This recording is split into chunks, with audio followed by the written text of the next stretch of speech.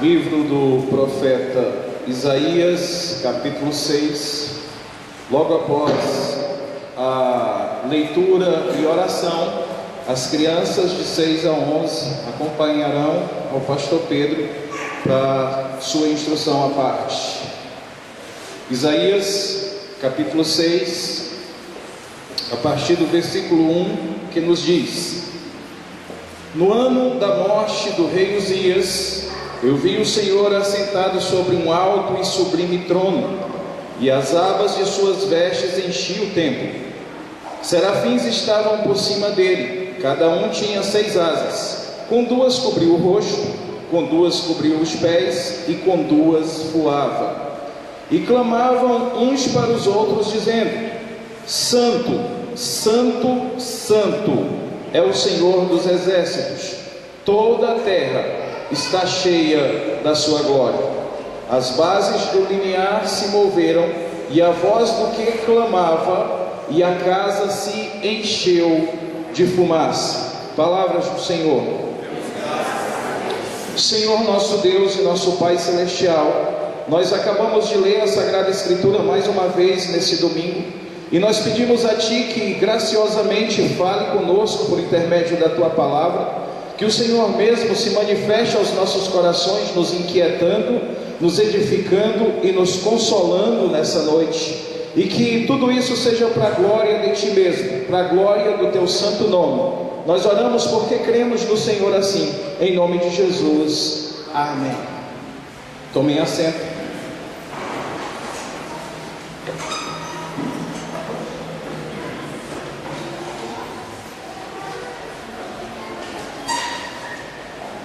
O que é corandel? Esse tem sido o nosso desafio, compreender essa expressão, cujo significado significa viver diante da face de Deus. E entendermos isso é de fundamental importância, não só aqui dentro da casa do Senhor, não só tendo a clareza que este não é outro lugar senão a casa de Deus, mas o entendimento dessa expressão também deve nos acompanhar lá fora, quando desenvolvemos os nossos relacionamentos, quando compramos, quando vendemos, quando pegamos emprestado, quando ouvimos, quando falamos, quando nos calamos. Devemos entender que todas essas expressões são expressões que são assistidas pela presença do Senhor. Elas não são vistas num telão lá no céu, elas são assistidas pela presença do Senhor. Uma vida vivida diante da face de Deus. Temos compreendido ainda que esse termo significa também uma vida vivida debaixo da autoridade de Deus, e é de fundamental importância entendermos isso. Quando entendemos que vivemos segundo a autoridade de Deus, então as nossas vontades estão sempre em último plano, nunca em primeiro, quando no máximo em terceiro. Uma vida vivida sob a autoridade de Deus não é uma vida autônoma, o que significa que não tomamos decisões, não fazemos escolhas sem que Deus aprove essas escolhas e essas decisões a partir do que está revelado na Sagrada Escritura. Temos pensado o corandel ainda como uma expressão de uma vida vivida para a glória de Deus, e aqui a minha vontade conta para nada.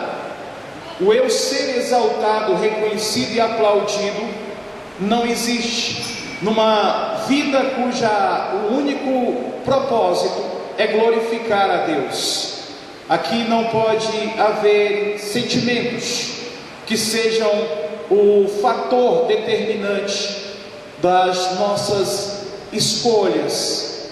o benefício que vamos obter a partir dessas escolhas também não é o fator motivacional para essas escolhas.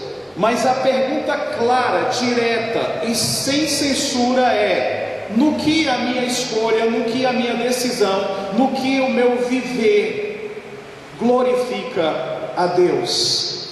Essa deve ser a nossa expressão Corandel.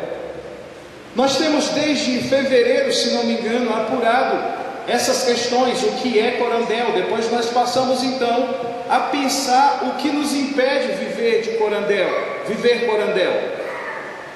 O que nos impede de viver Corandel? Ou seja, o que nos impede de viver uma vida diante da face do Senhor, sob a autoridade de Deus e para a glória dele mesmo.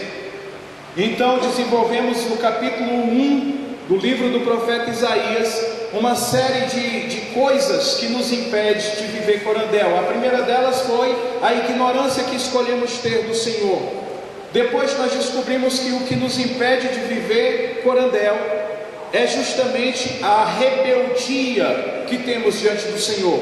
Depois nós vimos que feridas não tratadas nos impedem de viver Corandel. E aí finalmente nós descobrimos também que a nossa postura sacrificial, ou seja, o nosso culto, se for vivido de forma manipulatória, também nos impede de viver Corandel. Depois de apurarmos então todas essas questões, meses a fio, nós chegamos então no ponto em que o Senhor nos chama ao arrependimento. E nós descobrimos que atender ao arrependimento de Deus, que Deus nos chama para vivermos, é justamente nos arrepender desse mal que vínhamos praticando de forma generalizada e de forma cultica, e passar a tirar esse mal de diante das nossas vidas, do nosso comportamento, e finalmente passar a praticar o bem.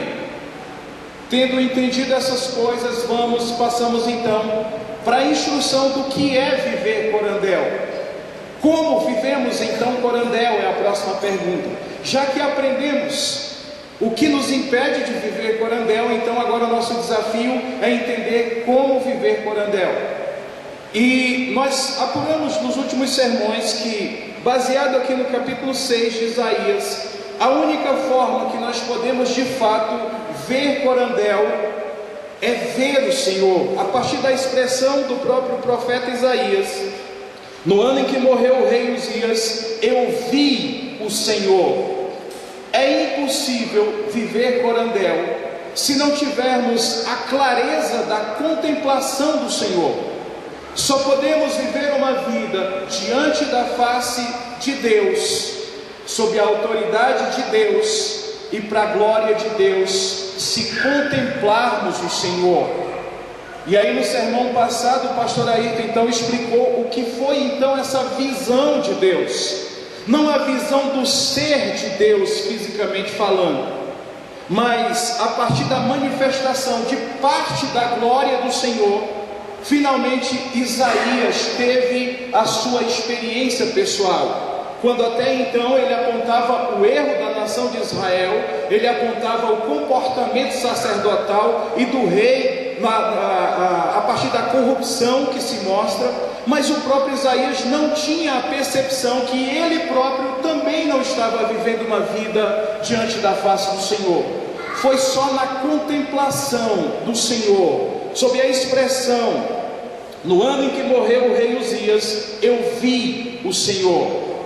O pastor Ayrton então explicou o problema da citação do ano que morreu o rei Uzias, de como esse rei havia sido erguido, levantado por Deus, quando a graça e a misericórdia de Deus, ele levou esse rei, que pôde governar por um tempo sob o temor do Senhor e trazer bênção para a nação, bênçãos em todos os aspectos, na grandeza, na glória, no bem-estar da nação de Israel. Mas esse mesmo rei passou a se achar então muito importante.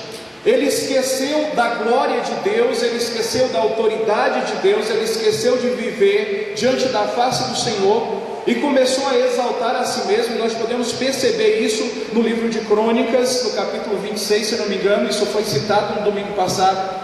E esse rei cismou de entrar no santuário de Deus e fazer oferendas a Deus, que era prerrogativa sacerdotal. O rei não podia fazer isso. E não tendo esse discernimento, o Senhor o feriu imediatamente com uma lepra mortal.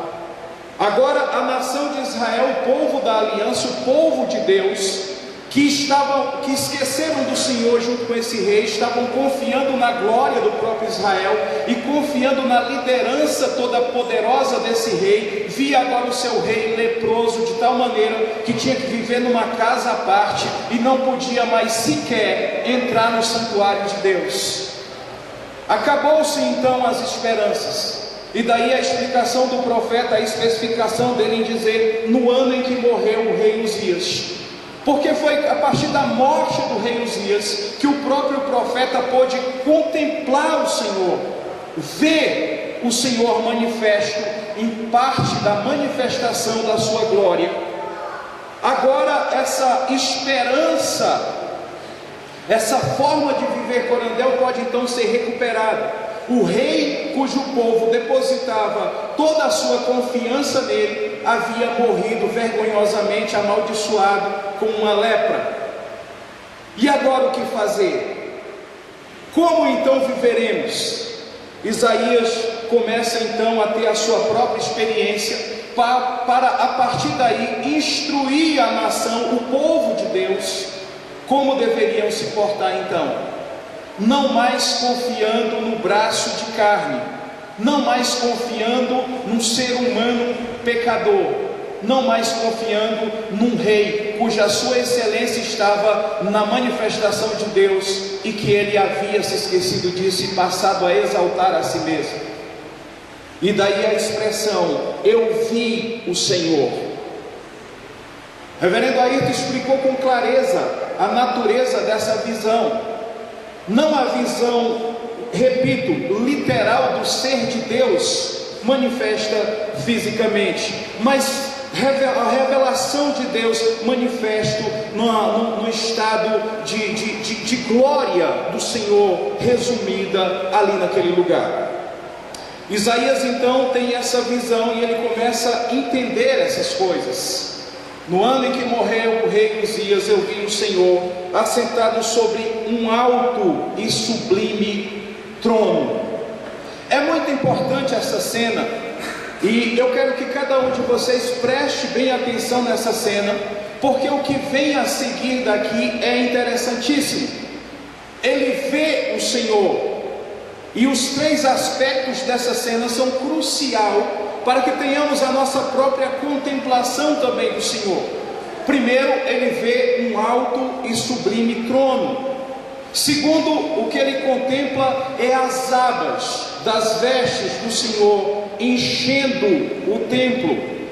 E depois ele percebe que serafins, anjos de uma categoria diferenciada, aparecem nessa cena, voando sobre o alto do trono e clamando santo, santo, santo. É muito importante entender essa cena e esses três aspectos reveladores. Quero falar-lhes nessa noite então sobre a expressão alto e sublime trono. E voltando à questão da expressão eu vi o Senhor, eu tenho dito há muito tempo que nós só podemos conhecer a nós mesmos na contemplação do santo.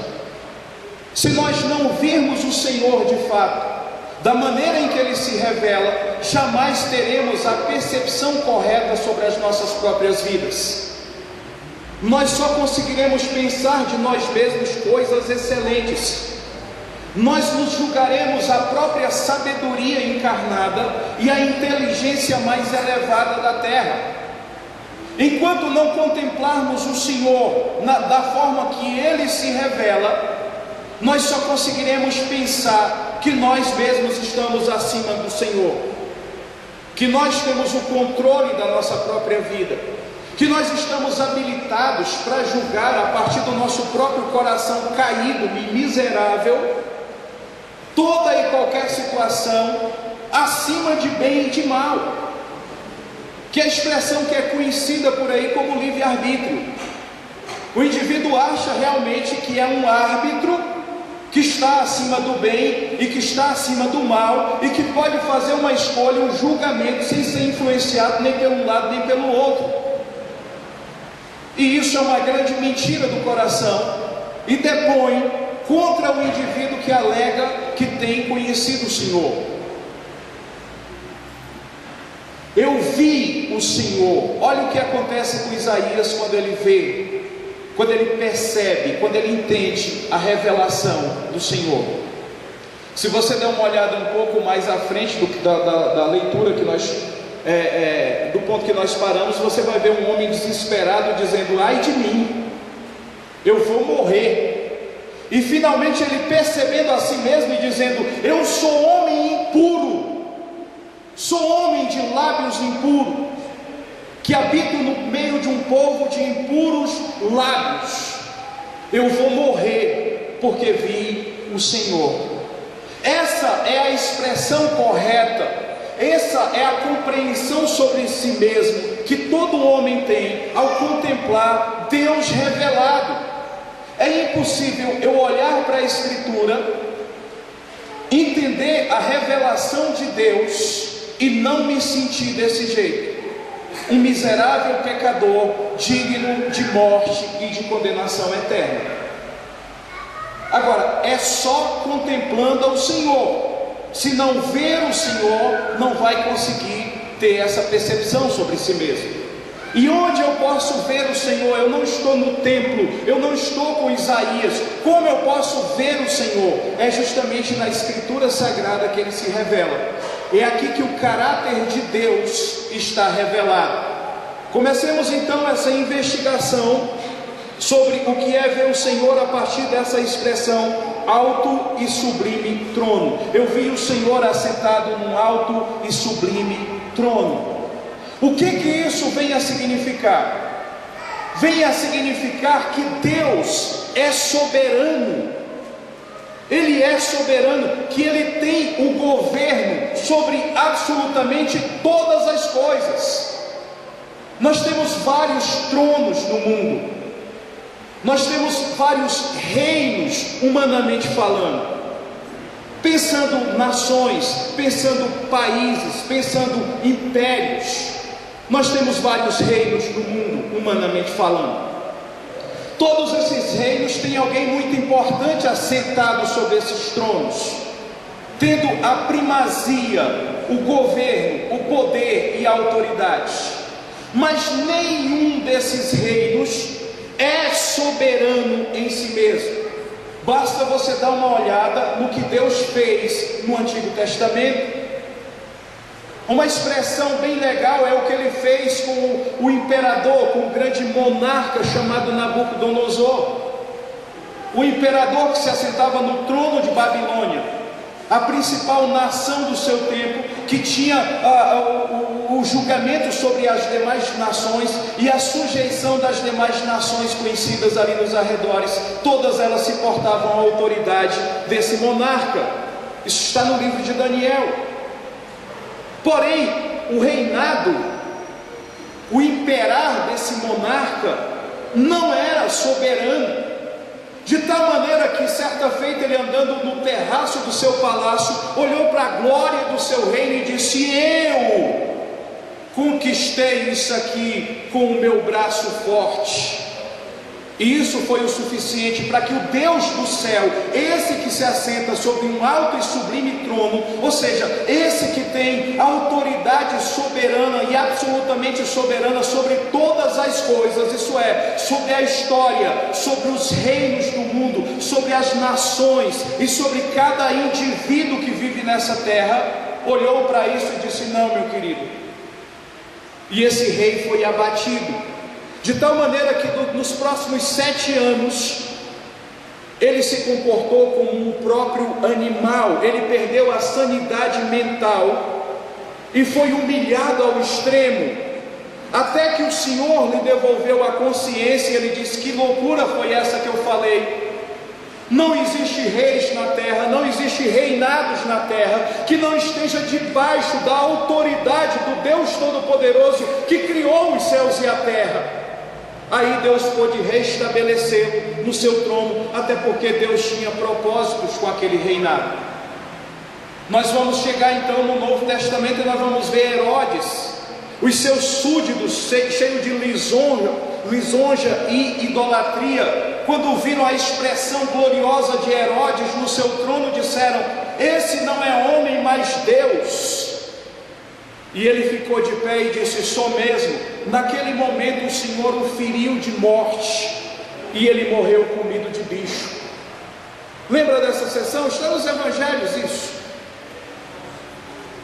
Alto e sublime trono, soberania do Senhor. Nesse mundo pode haver vários tronos humanos, mas o trono que Deus está assentado revela a sua soberania sobre todos os reinos, sobre a história, sobre todas as nações, sobre a vida do seu povo. Lembra? No ano em que morreu o rei Uzias, Deus feriu o rei que acreditou em si mesmo.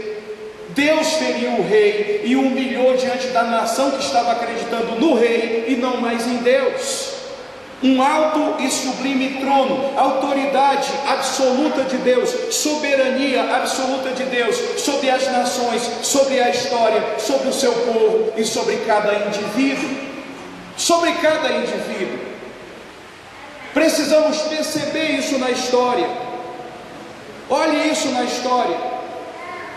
Olhe quem foi a Alemanha nazista. Olhe quem foi os países, alguns países europeus no decorrer da história. Onde estão Mussolini? Onde está Stalin? Onde está Napoleão Bonaparte? Onde está Hitler? Onde está Saddam Hussein? Olhe as intervenções de Deus na história. Agora, isso parece insignificante para um tanto de crente, porque eles têm medo mais de outro trono. E é interessante, porque é um reino, o trono e o soberano que se assenta sobre ele, não tem legitimidade. Nós chamamos na teologia de um reino parasita, e é justamente com relação a esse reino que a maioria dos crentes tem mais medo, a saber, o reino parasita do diabo nesse mundo. Tem uns que tremem de medo, não gostam nem que fale o nome. Mas até esse reino se submete ao alto e sublime trono, ou aquele que se assenta num alto e sublime trono. O reino do diabo nesse mundo é parasita. Ele só pode se assentar sobre algum dos reinos já existentes e sugar o sangue, quando acha espaço, é óbvio. Mas o alto e sublime trono, aquele que se assenta no alto e sublime trono, é absoluto, é soberano, é autoridade inquestionável, até sobre esse reino parasita. Agora, não só na história, não só nas nações, não só na vida do próprio povo de Deus, mas na vida de cada indivíduo. Falando ainda do povo de Deus, Antigo Testamento, Israel, Judá, o povo da aliança, sempre preservado, fosse qual fosse o sítio, fosse qual fosse a empreitada do inimigo, Deus sempre protegeu o seu povo da aliança. É tanto que quando o Senhor funda a igreja, Ele diz: sobre essa pedra edificarei a minha igreja, e as portas do inferno não prevalecerão contra ela.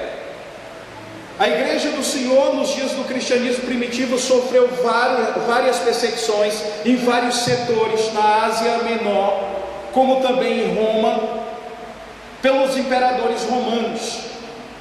Mas a soberania de Deus ali estava presente. A maior ira de Nero, contam os historiadores, é quando ele entregava cristãos para serem devorados pelas feras, e no outro dia ele ia contemplar o aspecto de terror que esses crentes morreram desesperados face ao poder terrível desse César. Ele ficava extremamente decepcionado, porque o que ele contemplava na face desses cristãos era um semblante de paz extrema. Ele ficava indignado porque, ao invés de ouvir gritos de terror nas arenas, o que ele escutava eram esses cristãos cantando e louvando ao Senhor. Outros imperadores romanos, perseguidores do cristianismo primitivo, ficavam ainda mais indignados, porque eles preparavam madeira e material de combustão. Dizia: é para lá que você vai queimar na fogueira, mas eu te dou a oportunidade de não ir até ali. Tudo que você tem que fazer é negar o nome de Jesus, e eu te reintegro à sociedade com todos os teus direitos. E esses cristãos primitivos diziam: acendam logo essa fogueira, para que eu possa ver o meu rei na sua glória. César não é Deus, César não é Senhor, Jesus é Senhor, e só Jesus é Senhor. Eu me lembro da história de São Policarpo. O imperador deu a ele, o governador deu a ele a oportunidade de negar Jesus. Ele disse: eu sou só um pecador. E em 80 e tantos anos da minha vida, Deus tem sido fiel a mim. Como eu posso negá-lo na hora da minha morte? Jamais. Então você se assume publicamente um cristão, você se assume publicamente um cristão, com todo o meu entendimento, de todo o meu coração e com todas as minhas forças, com cada respiração do meu corpo. Esses imperadores ficavam furiosos, porque esses cristãos não se dobravam diante da sua autoridade, ainda que eles estivessem assentados em excelentes tronos. Olhe a manifestação de Deus na história, e nenhum desses imperadores, por mais ferozes, malignos, terríveis e violentos, desumanos que eles tenham sido, malignos que eles tenham sido, conseguiram dispersar o cristianismo, porque Deus é soberano na vida do seu povo, do povo da aliança. E não foram só as perseguições, não foram só nos dias do cristianismo primitivo. Até o dia de hoje a igreja tem sofrido violenta perseguição. Violenta perseguição a igreja do Senhor tem sofrido na terra, sob vários aspectos. Não só perseguição mortal, mas várias perseguições de outras maneiras. Agora, aqueles cristãos que têm de fato olhado para o Senhor, visto o Senhor, contemplado o Senhor, contemplado a si mesmo, estes permanecem fiéis, porque estão debaixo de nada mais, nada menos da soberania absoluta de Deus, aqui revelado através da expressão assentado num alto e sublime trono. Não há nenhum governador nesse mundo que possa chegar nem perto daquele que está assentado no alto e sublime trono. Essa expressão revela a soberania de Deus na vida do seu povo, e ela revela também soberania de Deus na vida de cada indivíduo da terra, e especialmente cada indivíduo que faz parte, que está debaixo da aliança, que está aliançado com Deus por intermédio de Jesus. A visão da soberania plena de Deus sobre a nossa vida é extremamente tranquilizadora. Ela só pode nos comunicar paz e certezas. Só isso. Soberania de Deus. Cara, você não tem medo? Tem. Então por que você vai sair na rua essa hora? Porque eu preciso. Mas você não tem medo de te acontecer algo? Tem. E por que então você sai? Porque eu confio na soberania de Deus. Nada pode acontecer na minha vida, absolutamente nada, se Deus soberanamente não tiver determinado que essas coisas aconteçam. No mínimo permitido. Ter a visão correta daquele que se assenta no alto e sublime trono é fundamental. Para eu saber que eu não posso proteger o meu filho desviado da igreja, que está lá, quem sabe, no mundo das drogas e da perdição, nas madrugadas na rua. Não adianta eu pegar o meu carro, juntar amigos e andar campeando esse menino e tentando protegê-lo.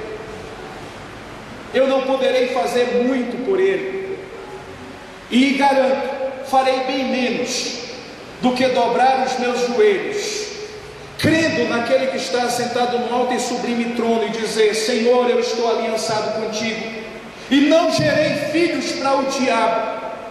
Os meus filhos nasceram debaixo da tua aliança, e eu confio em ti. A tua soberania os guiará de volta à tua presença, ainda que sem perna, sem braço, ou na hora da morte, mas eles voltarão para ti, porque o Senhor é soberano, que cumpre com a tua aliança na vida de cada indivíduo que faz parte do teu povo. É essa soberania que me faz olhar com olhos diferentes para os meus relacionamentos.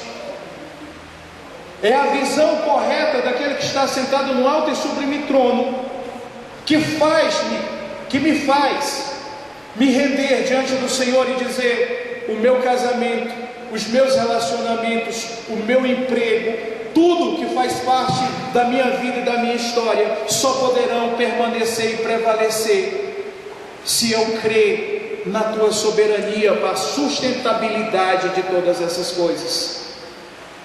Eu tenho alguns familiares que são funcionários públicos, servidores públicos, e esses camaradas estão numa revolta tão grande, se preparando e praguejando e protestando, e com muito medo, alguns deles, porque disseram: agora que o governo federal brasileiro conseguiu acabar com todos os direitos trabalhistas do funcionalismo privado, ele vai virar agora o rosto para o funcionalismo público, e ele vai perseguir, e ele vai tirar conquistas. E o grande medo dessas pessoas às quais eu me refiro agora é perder a estabilidade do emprego.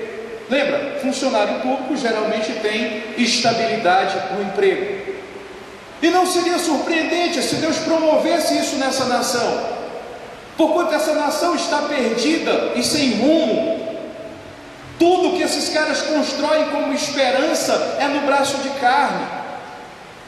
Outro dia eu disse numa sala de aula: gente, o juiz Sérgio Moro, sem dúvida nenhuma, é instrumento de Deus, na mão de Deus, para o processo que essa nação está enfrentando. Mas não o veja como salvador da pátria. Ele não pode salvar o Brasil, até porque o judiciário também é muito questionável, está envolvido em várias corrupções também. Mas as pessoas estão nesse momento, no ano que antecede a eleição, nomeando um salvador, e talvez esse salvador seja o próprio anticristo, no sentido comportamental, não o profético da Bíblia, mas no sentido comportamental, na forma de governar esse país. Ou a igreja do Senhor acredita na soberania de Deus sobre a vida desse país, ou ela vai buscar essa soberania em algum pseudo salvador da pátria na próxima eleição. Ou esses camaradas acreditam que o seu sustento vem do Senhor, ou há realmente essa possibilidade real de perderem esse direito trabalhista chamado estabilidade. Eu me lembro que um desses referidos camaradas, que eu acabo de citar aqui como meu parente sanguíneo, numa certa feita comprou um carro zero. No dia que estava estreando o carro, uns garotos disputando racha, drogados, aqui no centro de Taguatinga, fizeram com que o carro dele fosse atirado de cima do viaduto abaixo. Depois de capotar quase 10 vezes, ainda montou num poste, e o carro deu perda total. Acho que era a segunda vez que ele tinha a oportunidade de guiar o carro, isso em 1996. E a mamãe e eu fomos visitá-lo naquela terrível situação, e olhamos para o carro, um verdadeiro maracujá murcho, e olhamos para ele, não havia nenhuma escoriação no seu corpo, ele estava intacto milagrosamente, e nós glorificamos o Senhor. E a mamãe disse a ele: olha, filho, Deus fez tu renascer, Deus te deu a vida de novo, olhando para o resultado daquele acidente. Quanto ao carro, não te preocupas, porque Deus te ajuda e você compra outro. E Ele de pronto respondeu logo: eu não preciso que Deus me ajude a comprar carro, mamãe. Eu tenho um emprego, eu tenho estabilidade nele, eu tenho salário, eu compro outro carro. Agora, ele, auto-intitulado falsamente ateu, pode falar isso abertamente. Agora, duro é quando nós vemos cristãos na igreja desesperados. O que vai ser de nós? Olha o Brasil, olha o risco do Brasil, olha a economia, olha a política, olha não sei o que. Não, nós não estamos no outro país, nós estamos nesse, e como cidadãos dele, devemos ter algumas preocupações sim, e comportamentos sim diante disso. Agora, a minha esperança não está nisso. Eu sei que é o Deus soberano que abate esse país. Eu sei que a minha sobrevivência aqui depende da soberania de Deus na minha vida, do governo de Deus na minha vida e daquilo que Ele determinou para ela. Não é estabilidade no emprego, não é o fato de ser um funcionário público que me dá garantias. A garantia que eu tenho é que Deus cuida da minha vida, e se eu não olhar para Deus e não vê-lo assentado num alto e sublime trono, então o meu desespero é total. O meu desespero é total. Eu preciso crer na soberania de Deus. E Isaías vê isso a partir da visão alto e sublime trono. Ele é realmente o soberano absoluto da minha vida. Então eu não tenho que temer. Eu não tenho que temer. O ímpio pode dizer essas coisas que eu citei agora há pouco. Agora um crente desesperado não. Preocupado sim, responsável sim, desesperado não. É Deus quem cuida da nossa vida, Ele é soberano sobre ela. Não é só geral, é individual. Você não tem ideia do tanto de livramento de morte que o Senhor te dá por dia. Você não tem ideia do que acontece ao teu redor e Deus tem te protegido. Você não faz a menor ideia. Então é bom aprender. É bom ver o Senhor logo. Tenha a visão correta de Deus. Ele não é o aliviador da minha consciência a cada domingo. Ele é o Senhor da minha vida. Ele está assentado no alto e sublime trono. Ele governa absolutamente sobre as nações, sobre a história, sobre a vida do seu povo e sobre cada indivíduo do seu povo. As pessoas às vezes acham que é fácil falar isso. É fácil para você falar isso, pastor? Por que para mim é fácil falar? É fácil para qualquer um, está tudo escrito aqui. É fácil para qualquer um que já tenha visto o Senhor. E vocês estão entendendo o que é ver o Senhor? É fácil para qualquer um que já tenha contemplado o Senhor e no reflexo da contemplação do Senhor, visto a si mesmo. É fácil dizer isso. Tá, estou de acordo, mas não é fácil viver isso. Bom, então eu não sei que mundo você está, e não sei também a que povo você pertence, mas todo o povo de Deus sabe que é fácil viver isso, contanto que tenha entendido de fato o Senhor. Contanto que tenha entendido de fato o Senhor, é fácil viver isso. Eu tenho filho pequeno, eu tenho filhos pequenos. Os meus são grandes, mas já foram pequenos um dia. Eu sou grande, sou pai e avô, mas já fui filho um dia, dependendo de pais para sobreviver. E quando eu olho para a minha história, eu digo: se não fosse o Senhor, ora se não fosse o Senhor.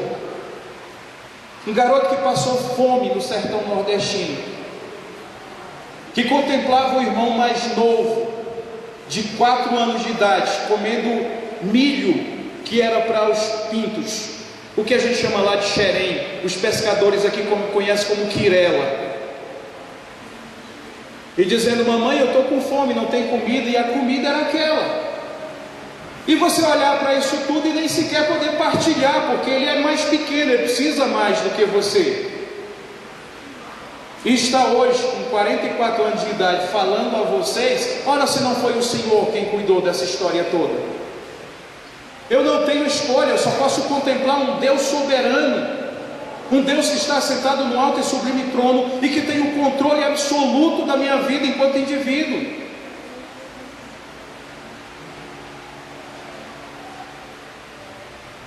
Em 1999, eu atendi o chamado do Senhor para um pastorado de tempo integral. A minha filha era ainda criança nesse tempo. Em 1999, assim como hoje, eu também naquele tempo morava de aluguel. E as coisas não eram fáceis. Atendi o chamado de tempo integral para ser pastor de tempo integral. E deixa eu falar uma coisa para vocês. 18 anos se passaram. 18 anos se passaram. E nunca, até hoje, nunca, até o dia de hoje, eu tive de fato um salário de uma igreja. Olha, o teu salário é tanto. Eu fazia as contas e dizer, dá para trabalhar nessa igreja. Não, sempre tive ajudas de custo. E essas ajudas de custo geralmente nunca deu nem para pagar o meu aluguel. Nunca deu. Até hoje. 18 anos de ministério pastoral em tempo integral. Como eu sobrevivo? Como eu sobrevivo? E aquelas que foram fiéis no valor que trataram comigo, nunca conseguiram fazer isso na data. Nenhuma delas, até hoje. Nunca conseguiram fazer isso na data. Mas a minha esposa está aqui, as minhas filhas estão aqui, meu genro está aqui. Pergunte para eles, quando foi que em algum momento faltou o teto sobre a cabeça, faltou a comida do prato, faltou a veste sobre o corpo? Nunca. Nunca. Nunca. De onde vem? Não é preocupação minha. Se tem uma coisa que eu gosto é da frase Deus te pague. Olha, quando alguém falar isso com você, pega essa palavra, põe no teu coração e não tira ela, porque Deus te paga mesmo. E é por isso que todos os dias, por volta de 7 da manhã, estou levantado trabalhando pastoralmente, de alguma maneira, ou de várias maneiras ao mesmo tempo, porque Deus me paga, e Ele paga na data. Na data. Ou seja, é no dia do vencimento do aluguel às 5 horas da tarde, com a imobiliária já fechando. É no dia que o último caroço de arroz foi cozido. É no dia que o carro já está parado na reserva, na garagem. É no dia que o sapato fura. Mas Ele paga. Agora, isso não é um privilégio do Dejaci. Dejaci é tão ou quanto ou mais pecador do que você. Muito mais. Outro dia eu discursando assim, dizendo, olha, confia no Senhor, confia para a tua vida. A pessoa que eu estava aconselhando disse, para você é muito fácil falar disso. Eu disse, por quê? Porque você é pastor e Deus tem um tratamento especial com você. Eu disse, tem. Ele disse que se ele for dar em alguém com o cinturão, pura e simplesmente, no meus lombos ele vai dobrar para poder dar direito. É esse o privilégio que eu tenho diante do Senhor, segundo Tiago. Não quereis muitos de vós ser mestres, porque o preço para vocês é diferente, é mais caro. Não interessa se você é um novo convertido, não interessa se você é um crente de 30 anos de igreja, não interessa se você é pastor, diácono ou leigo da igreja. O que interessa é que o teu Deus se assenta sobre um alto e sublime trono. Ele é soberano sobre a tua vida. Ele é soberano sobre a doença e sobre a saúde. Ele é soberano sobre a dificuldade financeira e sobre a bonança, a abundância financeira. Ele é soberano, seja qual for a situação. Isaías viu Deus e entendeu isso. Nós, para vivermos corandel, Ou seja, uma vida diante da face do Senhor, sob a autoridade de Deus e para a glória de Deus. Nós precisamos ver Deus. E a primeira contemplação que Isaías relata nessa cena, nesta visão, é o Senhor assentado num alto e sublime trono. E esse alto e sublime trono evoca a imagem de um governo, de um governador, de um rei soberano sobre todos os reinos e sobre a vida de todos, em toda a história, em todo o tempo, sobre a vida do povo da aliança, os seus filhos, e sobre a vida de cada indivíduo que compõe esse povo da aliança, a saber, a igreja. Veja o Senhor dessa forma e tenha paz. Tenha paz nos seus conflitos, tenha paz nos seus medos, tenha certeza nas suas dúvidas, tenha convicção nas suas inquietações, porque você está contemplando um Deus que está sentado sobre um alto e sublime trono. Mas a visão do profeta Isaías não para aqui. Ele também vê as abas das vestes do Senhor enchendo o templo. Isso também dá um depoimento bem revelador sobre o Deus a qual nós queremos viver uma vida diante da sua face, sob a sua autoridade e para a sua glória. No próximo sermão, então, uma exposição sobre essa questão, da sequência do versículo 1, sobre um alto e sublime trono, e as abas de suas vestes enchia o templo. Nós vamos ver o que essa expressão nessa cena significa para a vida da humanidade, para a nossa vida, para a nossa vida enquanto povo de Deus e para a nossa vida enquanto Deus individualmente falando. Que o Senhor nos conceda tal dádiva e continue a ministrar em nossos corações. Por favor, curvem a vossa cabeça.